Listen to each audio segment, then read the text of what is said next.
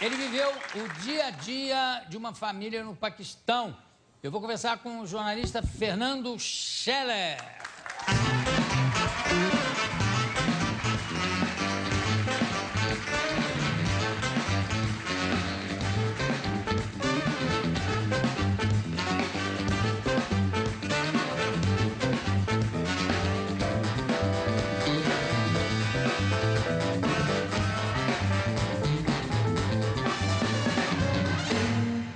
Está aqui o seu livro, Paquistão, Viagem à Terra dos Puros, pela editora Globo. Está aqui. Um retrato do cotidiano de uma família muçulmana. Como é que surgiu a ideia de você ir para o Paquistão? Foi o seguinte, eu fiz mestrado na Alemanha e tinha um paquistanês na turma. E eu estava saindo do meu apartamento logo que eu tive que trocar de apartamento logo no começo do mestrado e ele precisava de um apartamento. E eu pude arranjar, em vez do apartamento voltar para a imobiliária, eu pude chegar lá e falar, você pode entrar no apartamento. E ele ficou muito agradecido, a gente se tornou amigo a partir daí. E ele falava, essa tribo, a tribo Pashtun, da qual ele faz parte, tem muito a tradição de convidar. E ele me convidou muitas vezes para ir. Como é que é o nome que você falou? A tribo aqui do... A tribo Pashtun. É a tribo que fica na fronteira com o Afeganistão. E aí tem a tradição... De convidar as pessoas, de hospitalidade. Vocês já tocaram lá em Pashtun, né? Lá no Paquistão. Não, infelizmente não. Nunca. O Caio já fugiu uma vez do Paquistão. Né? E como é que era esse seu amigo paquistanês? Então, tinha essa coisa muito forte de convidar e de quando você é um amigo, para essa tribo especialmente, que o Paquistão é dividido em 4 tribos diferentes, com costumes diferentes, tem essa história de você convidar e você que as pessoas conheçam por dentro a sua família. E ele me convidou e ele falou, vamos. Por dentro da sua família, até que ponto? Das irmãs também? Não, das irmãs Venha conhecer por dentro a minha... Irmã? Não. Aí a coisa é bem complicada, Ju. Né? Tanto que ele era virgem, o rapaz? Ele era virgem, mas agora ele se casou, então... Agora ele está feliz. Ele ficou virgem até que idade? Até 31 ou 32 anos. Quer dizer que ele teve que pagar o ônus do casamento para conseguir perder a virgindade. Exatamente. É um preço alto, às vezes, né? Às vezes não, mas enfim. E aí? Aí ele te convidou para ir para o Paquistão. E ele mora... A cidade onde a família dele morava é uns 40 quilômetros, 50 quilômetros da fronteira com o Afeganistão. É na área tribal do Paquistão mesmo. E quando uma área brava, então. É uma área brava. Eu passei por 2 ataques terroristas durante a viagem. Num deles, inclusive, o primeiro morreram 13 pessoas, foi numa padaria. Eu não estava na cidade no dia, mas o segundo, eu já estava em Islamabad, na capital, foram 8 pessoas, inclusive uma brasileira ficou ferida nesse ataque. Uma brasileira que fazia trabalho de caridade lá acabou sendo vítima. Aliás, eu sempre gosto de dar os parabéns a esses heróis anônimos, né? Essas heroínas anônimas que fazem trabalhos de caridade em lugares perigosíssimos, não é verdade? E extremamente pobres, é uma pobreza que a gente não está acostumado a ver. Realmente, quer dizer, quando a gente fala em país subdesenvolvido, realmente é um país bastante carente. Não, fala, pode falar. Quer dizer, são 30% das crianças de idade escolar só na escola. É uma coisa que a gente não pode imaginar. 40% de analfabetismo. É uma outra realidade. Mesmo para o Brasil, é uma diferença muito grande. Eu acho que o maior problema do Brasil não é o analfabetismo, é o semi-analfabetismo ou o funcional. Como é que se diz? Alfabetizado funcional? É o analfabeto funcional. Agora, voltando ao paquistanês lá. Como era o nome dele? Mohammed. Ishfaq. Ishfaq. Ele cozinhava? Cozinhava. Ele aprendeu com a mãe dele, na verdade. E a cozinha paquistanesa não é assim que nem a do nosso chefe, que acabou de aparecer aqui. O Caio não conhece a comida paquistanesa, não é? Não. É uma mistura de Índia, mais ou menos da culinária indiana com a culinária afegã. Então, na verdade, mas são muito poucos pratos. Na verdade, eu fiquei lá na casa da família mais ou menos umas 4 semanas, lá dentro mesmo. Depois eu comecei a viajar pelo país. E, basicamente, você come todos os dias a mesma coisa. E há uma diarreia por causa disso? 19 dias, Jô. Você? Lá pela segunda semana, eu estava me achando ou paquistanês, ou estava achando assim que eu estava muito por dentro e que eu podia fazer tudo. Apesar da diarreia, já estava? Não estava com a diarreia ainda. E aí eu cheguei na beira de um rio e lá é muito tradicional você comer peixe na beira do rio Cabu. Só que eles tiram o peixe, o rio é aquela coisa, lixo para tudo, uma coisa meio Tietê, assim, de ser. Igual Tietê. Isso é um orgulho nosso, não tem rio pior do que o Tietê. Pelo menos aquele é mais caudaloso, pelo menos ele segue, né? E eles comem o peixe e eu falei assim, mas eu acho que eu não devo comer isso. Mas eu falei, não, agora eu sou um viajante do mundo, eu consigo comer tudo. Comi. E o seu anjo da guarda dizendo, não come, não come. E você? Exatamente, eu falei, não, eu posso. E aí foram 19 dias de suco de maçã, basicamente. Você sabe que esse slogan do presidente Barack Obama, sim, eu posso, né? Nós podemos, foi exatamente à beira desse rio comendo esse bicho. Exatamente. Infelizmente, tá. E os banheiros, falando em diarreia, que é um assunto tão prosaico. Tão legal, né?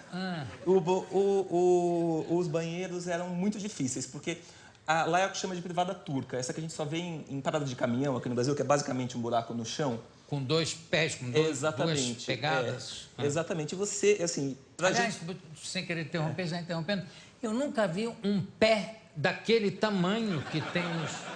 É uma coisa gigantesca. Exatamente. Né? É para você se equilibrar. É porque, assim, para mim era muito difícil, porque a gente não está acostumado, era ficar se equilibrando naquilo, assim. Eu sempre não procurava... tinha alça?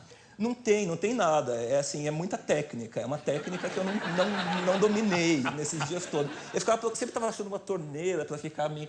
Mas às vezes não tinha nada, então você ficava meio... Era no equilíbrio. Era no equilíbrio. Era uma coisa difícil. Tem que aprender a fazer parkour, né? Aquele negócio que o pessoal faz, que vai subindo.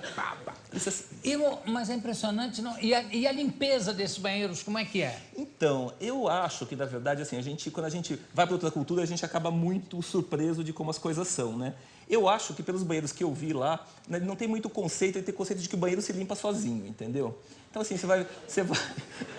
Quer dizer, você entra, desculpando usar uma palavra mais vulgar, mas você entra para fazer cocô, o banheiro é que faz cocô em você. Exatamente, mais ou menos. Os de parada, de beira de estrada que eu tive que usar durante a diarreia, eram especialmente horríveis. E eles não têm a tradição... Com diarreia também a pessoa está pouco ligando. Né? Não, mas é meio assim porque eles não usam papel higiênico, né, geralmente. Eles se limpam com... A maioria das pessoas não usa mesmo. A família gentilmente me cedeu rolos. Deve ser caríssimo. Exatamente. Era daquele cor-de-rosa, aquele que não se usa mais. Desde a ascensão da classe C não se usa mais no Aquele que Brasil. hoje em dia se usa para fazer lixa. Exatamente. E aí, eles têm uma tradição, eu não sei, é outra técnica muito especial de eles têm uma jarrinha bonitinha, assim, parece uma jarrinha de servir café, mas eles se limpam com a mão e com aquilo, eu não sei como que se faz, não sei.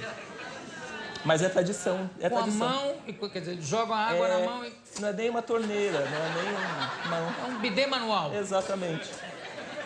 Mais ou menos. E você conseguiu fazer... Não, bidê manual não consegui. Não. Teve que ir para o papel lixa mesmo. Exatamente. Mas realmente, você sabe que eu já entrevistei pessoas aqui que estiveram na Índia, inclusive meu cirurgião famoso do Rio de Janeiro, o Sérgio Novice, esteve numa convenção lá e disse que nos hotel de luxo, tem bidê, tem o papel higiênico, mas tem também uma jarrinha de metal com areia. Porque as pessoas se limpam com a mão e depois limpam a mão na areia, porque a areia tira realmente. Não, a areia limpa mesmo, que entra embaixo da unha, tudo areia. A areia tira tudo. Além de ecologicamente correto, nesses tempos de economizar água que a gente precisa, que a gente vive, né? Lá ainda não aderiram à areia. Não. Na verdade, eles brigam muito com a Índia, então eu acho que tudo que a Índia meio que sugere, eles... Aliás, isso é uma briga milenar, né? Exatamente. Eu queria mostrar algumas fotos do livro aqui. Vamos ver, por favor. Aqui é você com a família. Tem um detalhe nessa foto que eu gosto muito. Você está vendo que tem uma pessoa cortada? Da foto tem um bebê e tem uma pessoa cortada? Tem. Então, na verdade, assim, as mulheres adultas não devem aparecer em fotos nessa tribo. É meio proibido, assim. Tanto que a única coisa que a família me pediu foram duas coisas. Que elas não aparecessem nas fotos depois de adultas. Essa é uma menina, então pode. E a segunda coisa é que eu não mencionasse os nomes verdadeiros dela no livro, por isso que eu uso pseudônimos. Dela quem? Das mulheres da família. Né? Não pode. Não pode. Agora, você pegou... quem é que estava fotografando? Era alguém da família. Por isso que eles já cortaram, fizeram a edição por eles mesmos. Mas deixaram um bebezinho, né? Bebezinho, tudo bem. Menina também. Agora, a menina como é que é? O cabelo da menina, por exemplo, é um cabelo castanho. Exato. Não é? Porque a pessoa sempre associa o paquistanês, enfim, em geral, com o indiano. E não tem nada a ver, né? Mais ou menos, na verdade, porque como eu falei das 4 tribos, nessa tribo é a tribo que já tem a tradição do Afeganistão. A mesma tribo está dos 2 lados da fronteira. Não é a fronteira do país que determina a sociedade. Na verdade, é a tribo. É a lei da tribo, ela é mais forte, ela se combina com a religião. E como tem 4 tribos diferentes, que pensam diferentes, interpretando o Alcorão de maneira diferente, tudo fica difícil, né? Tudo fica mais Você vê difícil. que tem uma fotografia famosa de uma moça no Afeganistão que é de cabelo bem castanho, com os olhos azuis, né? Tem traços assim, absolutamente europeus. Me perdoe. E as camas, como é que eram as camas? Então, na verdade, não se usa muito cama, assim. Tem algumas, mas é meio que... As casas são meio vazias e, por exemplo, as camas, na verdade, ou elas são colchões no chão, ou quando tem cama, é uma cama que, assim, só o casal mais importante da casa, tipo o patriarca e a matriarca, que eles dormem numa cama de casal, por exemplo. O resto, assim, eles vão espalhando algumas camas de solteiro que meio que servem como sofá durante o dia. Não tem muito, assim, os meninos e as meninas são separados, mas não tem muito esse conceito do meu quarto, o quarto dele. É tudo mais ou menos comunitário. Sim, não, isso tudo bem. Mas, digo, não tem cama, é o colchão no chão. Muitas vezes. E uma coisa que também é muito rara é o lençol. A primeira coisa que eu vi, porque aí você tem que saber respeitar a cultura das pessoas. Não, evidente. Eu cheguei, Jô, e eu fui...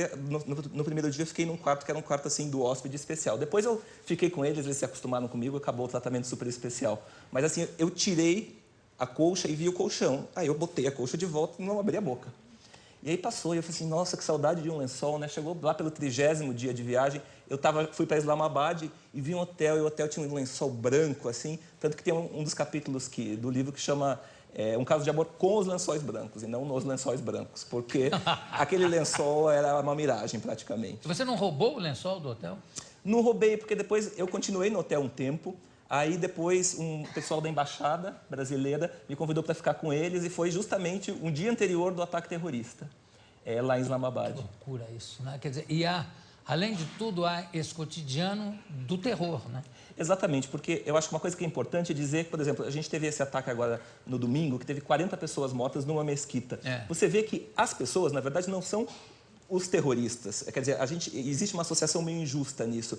Elas são as vítimas. São elas que morrem às dezenas quando 2 pessoas vão lá e se explodem sozinhas, porque por trás delas, sim, está o Talibã, está essa catequização, né? Agora, o álcool é totalmente proibido, né, na religião muçulmana. Qualquer que seja a interpretação que se faça do Alcorão é proibido. 100% proibido. Então, não se bebe no Paquistão? Nada. Nenhuma gota. Inclusive, eles passaram por um processo de eu passei por um processo de catequização, entre aspas. Eles chegavam assim, Fernando, se você beber, continuar bebendo, você vai para o inferno. A gente quer que você vá para o céu com a gente e tal. E aí eu, na verdade, não bebi nada lá, segui 100% o que manda a religião. E é perigoso, inclusive, um restaurante servir álcool lá, porque dentro da interpretação mais rigorosa do Islã, do Alcorão, na verdade, acaba tendo ataques terroristas contra os restaurantes também. Mas, apesar de tudo isso, tem gente vendendo droga e álcool? Tem gente vendendo droga e álcool, quer dizer, na verdade, é todo um mercado paralelo. Sim, super mais paralelo ainda. Mais paralelo do que aqui. Mas assim, eu fiquei sabendo, por exemplo, que em Islamabad dava para comprar do policial da rua. Então, as coisas não mudam tanto de um lugar para o outro, sabe? Então, era numa esquina que se vendia, alguém me disse isso. Então, você vai, na verdade, entendendo que nada, quer dizer, tudo é flexível, na verdade. Mas a maconha é liberada ou não? O haxixe? Não. Tem que comprar do policial, daquele lá. Esse é bom, é do guarda. É do guarda, é oficial. Gente, eu conversei aqui com essa simpatia que é o Fernando Scheller. O Fernando está lançando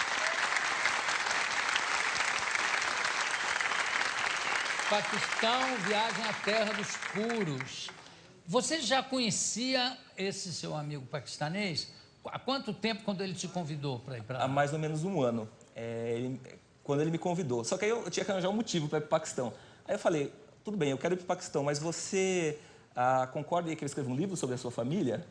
E aí ele falou, não, pode escrever. Aí ele fez esse pedido das meninas, das mulheres, que o nome não fosse citado. E foi basicamente essa a edição deles. O resto está exatamente como que aconteceu. Então, eu acho que foi um voto de confiança muito grande. Foi, ou talvez, uma vingança. Não, eu vou levar ele lá para casa para ele ver o que é bom também. Muito obrigado, Fernando Scheller. Daqui a pouco a gente volta.